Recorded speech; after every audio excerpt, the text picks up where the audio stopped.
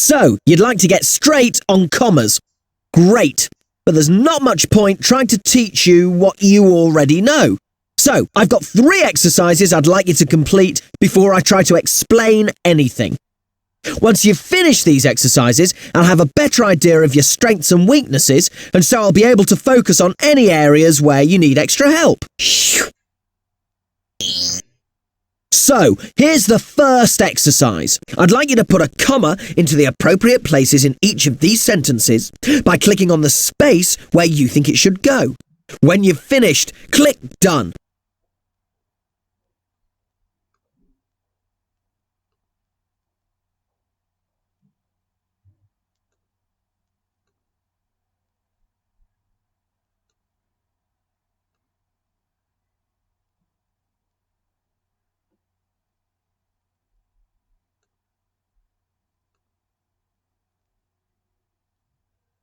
Right, thank you. Now try this exercise. Drag either the comma or period to where you think it should go in the following sentences.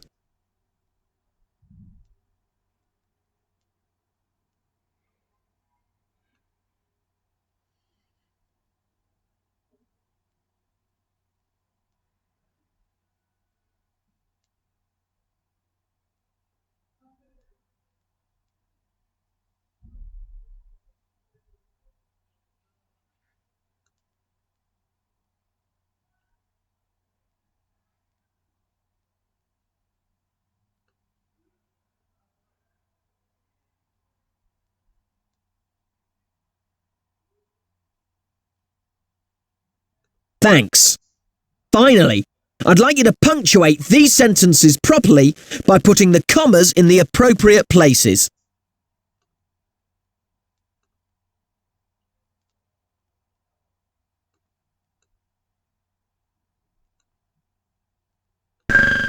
Thanks.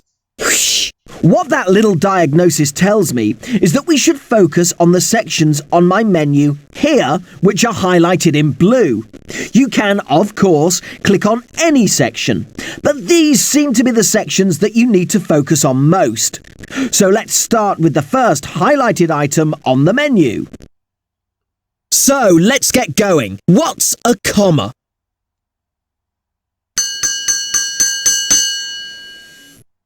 Well, as I'm sure you know, a comma is one of those pieces of punctuation that looks like a dot with a little curl on the bottom of it.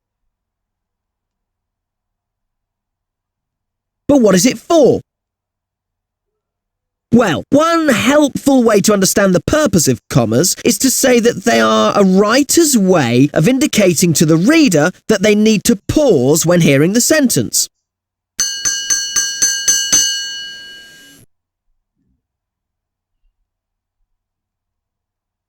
But when do you use commas? Well, one time you should always use commas is when you are listing out words in a sentence. Commas separate all the separate items in a list. They help make it clear that each item is separate.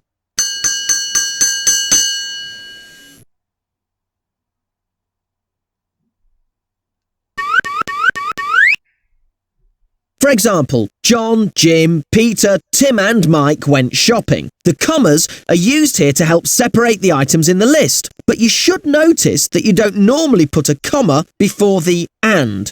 This is because when you place the word and between items in a list, you are already making it clear that the items are separate.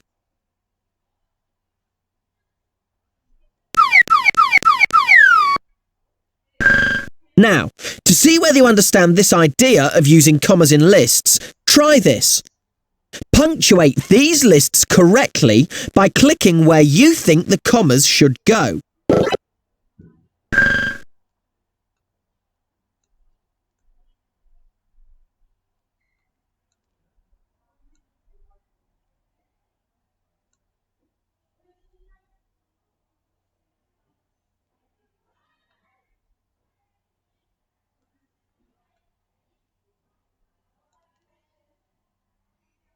Yes, that's right. Well done.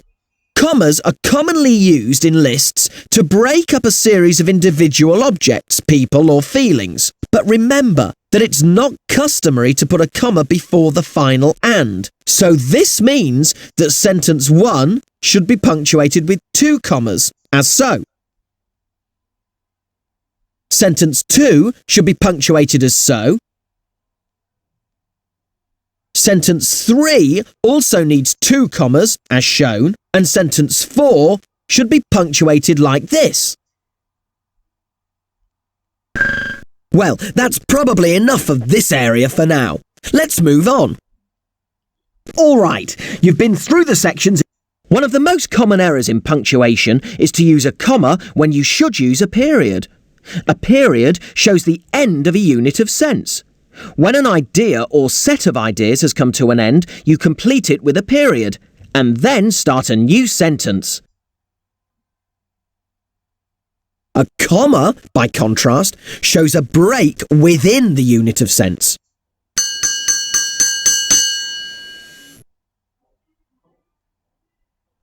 Take a look at these sentences. The reason why you use a period between these two sentences is because they are two complete and freestanding ideas. You wouldn't use a comma here because you need to make it clear to the reader that there are two independent ideas. However, in the second example, there is only one freestanding idea. I love vegetables.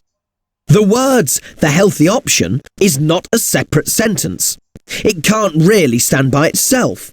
But within the sentence, it makes perfect sense and explains the main idea, which is, I love vegetables. So the comma is correct. To see if you understand my point about commas and periods, try this. Drag either the comma or period to where you think it should go in these sentences.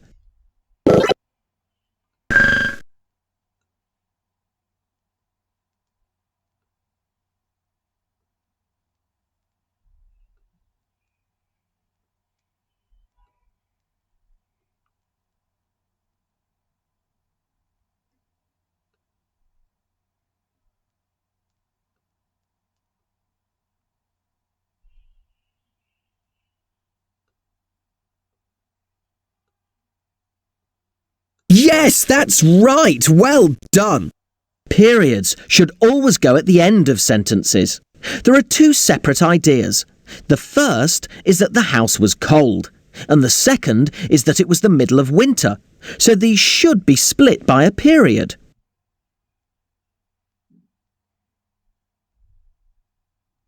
The second example concerns itself with one subject, and so should be broken with a strong pause. She never left her children alone, not even in the holidays.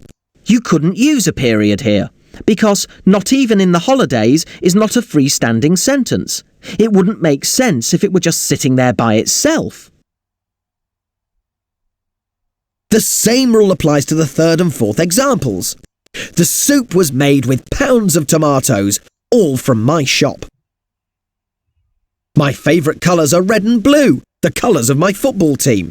Neither all from my shop nor the colours of my football team are independent sentences, so it would be wrong to use a period to separate these phrases from the rest of the sentences. So let's move on. All right, you've been through the sections in this. Commas are often used to make sentences more interesting or more detailed. For example, you might write, Rover, our little dog, likes to chase cats.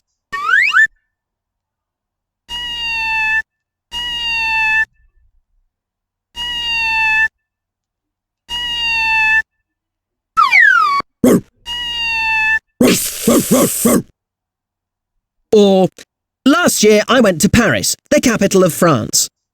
Here, the commas are used to give extra information about Rover and Paris.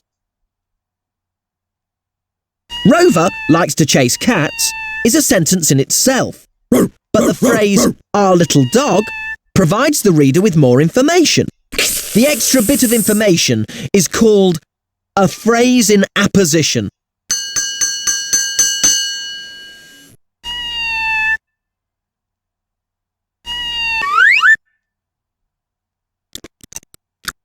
Now, I know that's a bit of a mouthful, but so long as you remember that commas are used to let you add information to a sentence, then you've grasped the main point I'm getting at.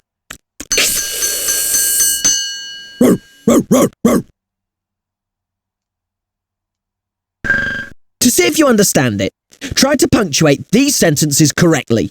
Simply click on where you think the commas should go.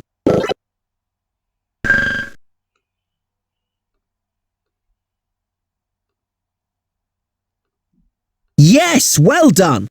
In number 1, the basic sentence is Mr. Fletcher is very old.